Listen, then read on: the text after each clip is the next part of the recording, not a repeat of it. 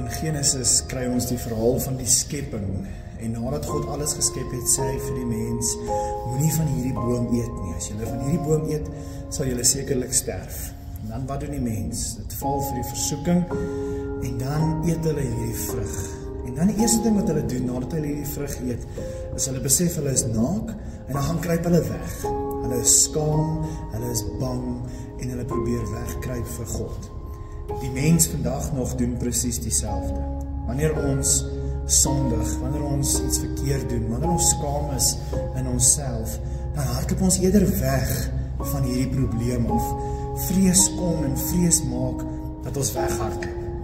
Die sielkunde vandag sê vir ons dat daar 'n groot probleem in die mensdom is, en dit is die feit dat ons hardloop weg as gevolg van an inability to suffer. Ons kan nie die vrees, die swaarkry, die seer in die gesig staar nie, en dan sê hulle ons hardloop weg, maar nie na iets toe nie. Ons hardloop net weg van dit waarvoor ons bang is. En dis die verkeerdste ding wat ons as mens kan doen. Wanneer ons vrees, wanneer ons gesondigheid, wanneer ons droog maak, moet ons nie weghardloop van God af nie, ons moet na God toe hardloop.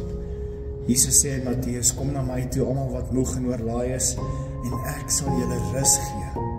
Ons is oorlaai met vrees, ons is oorlaai met skuldgevoelens, ons is oorlaai met al die negativiteit. En dan in plaas van na God te hardloop ons weg van hom. Waarom wil ek hierdie week vir jou vra, wil jy nie maar eerder na God toe hardloop nie? Wil jy nie na Jesus toe hardloop nie? Wil jy nie na die Heilige Gees toe hardloop met dit waarvoor jy bang is en dit waaroor jy skaam is nie?